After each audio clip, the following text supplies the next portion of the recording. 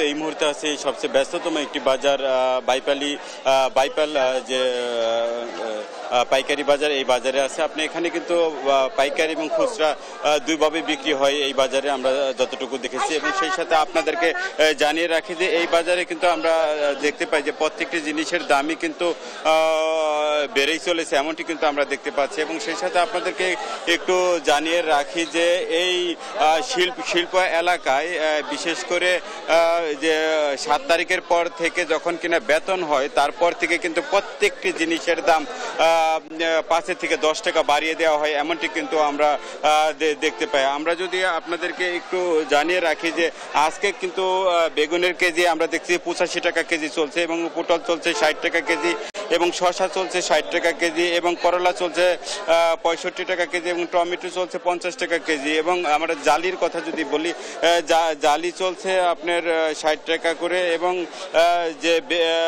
এবং ঢেঁড়স চলছে আজকে কিন্তু 55 টাকা কেজি। এবং সেই সাথে আপনাকে যদি জিনিস যে কচুর মুখী, এই মুখী কিন্তু 150 টাকা কেজি দরে বিক্রি হচ্ছে। এবং সাজনা যদি বলি যে প্রতি কেজি কিন্তু বিক্রি হচ্ছে 120 টাকা করে।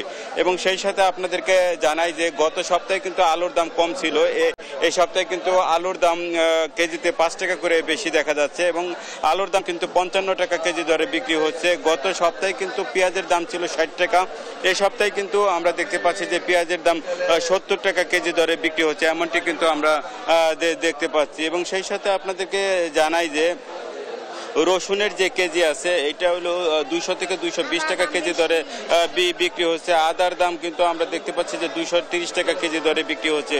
এবং আমিষ খাদ্য যে গরুর মাংস আজকে কিন্তু 750 টাকা কেজি দরে বিক্রি হচ্ছে, এবং ব্রয়লার মুরগি আমরা দেখতে পাচ্ছি যে 200 টাকা কেজি দরে বিক্রি হচ্ছে। আমরা যদি একজনের সাথে একটু কথা বলার জন্য চেষ্টা করি যে এই যে আপনার বাজারের কি অবস্থা দামের, বলেন তো। অনেক দাম বেশি দাম তরকারি কিনে দাম অনেক বেশি।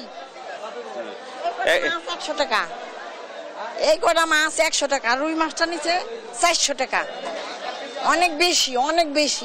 এবং অন্যান্য জিনিসের দাম কিরকম? শুধু মাছ মাংস না, অন্যান্য জিনিসের দামও বেশি, অনেক বেশি। আচ্ছা, যেমনটি বলছিলেন একজন ক্রেতার সাথে আমরা কথা বলতে চেষ্টা করছিলাম যে উনি কিন্তু ওনার বললেন যে প্রত্যেকটি জিনিসের দামই বেশি। আসলে এই শিল্প অঞ্চলে কিন্তু এই বেতনকে ঘিরে কিন্তু 5 থেকে 10 টাকা করে বেতন হওয়ার পর কিন্তু বাড়িয়ে দেওয়া হয়। এবং আসলে বাজার মনিটরিং এর যে ব্যবস্থা, এই বাজার মনিটরিং ব্যবস্থা না থাকার কারণে কিন্তু এই প্রত্যেকটি জিনিসের দাম মন চাইলে একটা ব্যবসায়ী তারা 10 থেকে 5 টাকা করে বাড়িয়ে দিতে পারে, এমনটি আমরা দেখতে পাচ্ছি।